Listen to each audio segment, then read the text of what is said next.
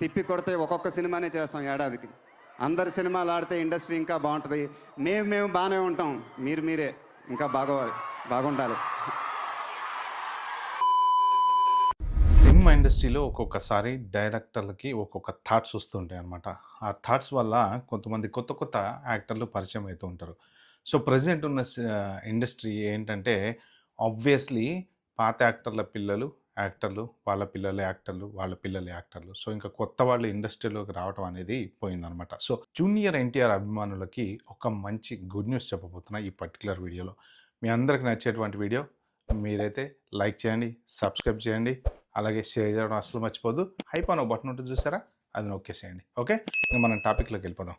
Varanasi cinema obviously waiting అందరూ, ఎప్పుడా అని వెయిట్ చేయాలి, తప్పదు కొన్ని రోజులు. ఎందుకంటే మహేష్ బాబుకి one of the best movie in his life time అని చెప్పుకోవచ్చు. ఎందుకంటే ఏ సినిమా అయినా ఇప్పటిదాకా ఇండియా మొత్తం రిలీజ్ అవుతుంది, ఇది వరల్డ్ వైడ్ రిలీజ్ అవుతుంది అనమాట. సో రాముడి క్యారెక్టర్ చేస్తున్నాడు. సో ఇది రకరకాల దేశాలలో జరిగేటువంటి షూటు, దీంట్లో 1, 2 అని కాదు, కొన్ని వందల రకాల డిఫరెంట్ ఎలిమెంట్స్, డిఫరెంట్ టెక్నాలజీని వాడుతున్నారు. సో ఆల్రెడీ రాజమౌళి మొత్తం ప్రపంచం అంతా తిరుగుతున్నాడు దీన్ని ప్రమోట్ చేయడం కోసం.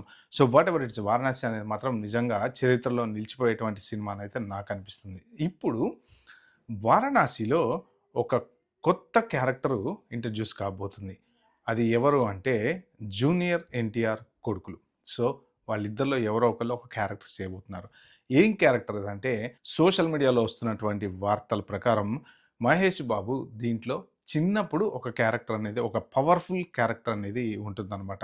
సో ఆ పర్టికులర్ చిన్నప్పుడు పవర్ఫుల్ క్యారెక్టర్కి ఎవరిని పెడదామా అని చెప్పి మన జక్కన్న ఆలోచించి ఒక మంచి డెసిషన్కి వచ్చాడట.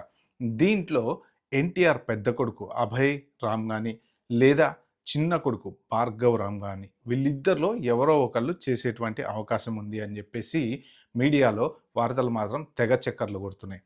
ఓకే, సో ఒకవేళ వాళ్ళిద్దరిలో ఎవరో ఒకళ్ళు కనుక చేసేటట్టుంటే చిన్నప్పుడే వాళ్ళు వెండితెరకి పరిచయం అవుతారనమాట. జనరల్గా మనం చూసుకుంటే ఆల్రెడీ జూనియర్ ఎన్టీఆర్ కూడా చిన్నప్పుడు చాలా క్యారెక్టర్లు చేశాడు. సో మహేష్ బాబు కూడా చిన్నప్పుడు చాలా సినిమాలు చేశారు. వాటన్నిటిలో కొడుకు దిద్దిన కాపురం ఒక సినిమా ఉంటుంది, విపరీతమైన ఫేమస్ అనమాట.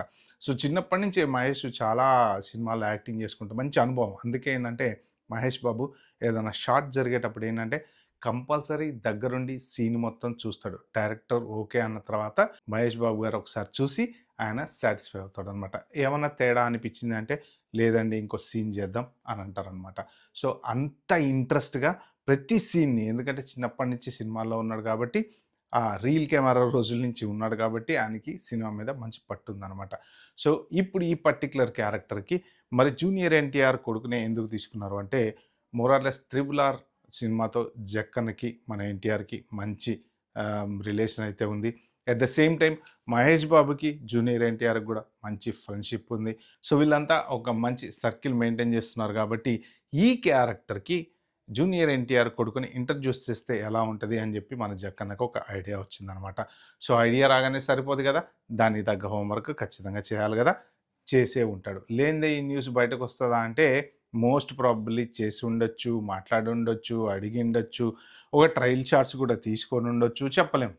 అంత సింపుల్గా న్యూస్ బయటికి రానియడం మన జక్కన్న. ఎందుకంటే చీమ చిటుక్కుమన్నా కానీ ఆయనకి తెలిసిపోవాల్సిందే ప్రతిదీ. డైరెక్టర్ అంటే జనరల్గా మార్నింగ్ 9కి రావడం, షార్ట్ పెట్టారా లేదా చూడడం, డైరెక్షన్ చేసి వెళ్ళిపోవటం కాదు. జక్కన్న ఏది జరిగినా సరే, సో రాజమౌళి ఏంటంటే ప్రతి చిన్న టాపిక్ నుంచి పెద్ద టాపిక్ వరకు ఒక షార్ట్ కానీ, ఒక కెమెరాకి సంబంధించింది కానీ ఏదైనా సరే పిన్ పాయింట్ ప్రతిదీ ఆయన దగ్గరుండి చూసుకొని సాటిస్ఫై అయితేనే ఆయన ఓకే అంటాడనమాట. సో అలాంటిది ఈ పర్టికులర్ క్యారెక్టర్కి వీళ్ళిద్దరిలో మోస్ట్ ప్రాబబ్లీ ఎవరో ఒకళ్ళు యాక్ట్ చేయొచ్చు అనేది న్యూస్ అయితే విపరీతంగా చక్కర్లు కొడుతుంది.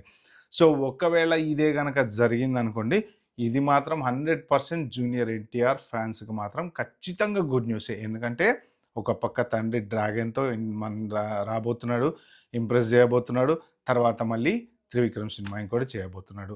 సో దాని తర్వాత పిల్లలు కూడా ఈ చిన్న వయసు నుంచి యాక్టింగ్ అనేది మొదలుపెట్టారనుకోండి, ఆబ్వియస్లీ ఫ్యూచర్లో తొందరలో ఒక 5 ఏళ్ళకో 10 ఏళ్ళకో వాళ్ళు కూడా హీరోలు అయ్యేటువంటి ఛాన్స్ ఉందన్నమాట. అంటే మనం ఇంకొక జూనియర్ని సీనియర్గా చూడబోతున్నాం అనమాట.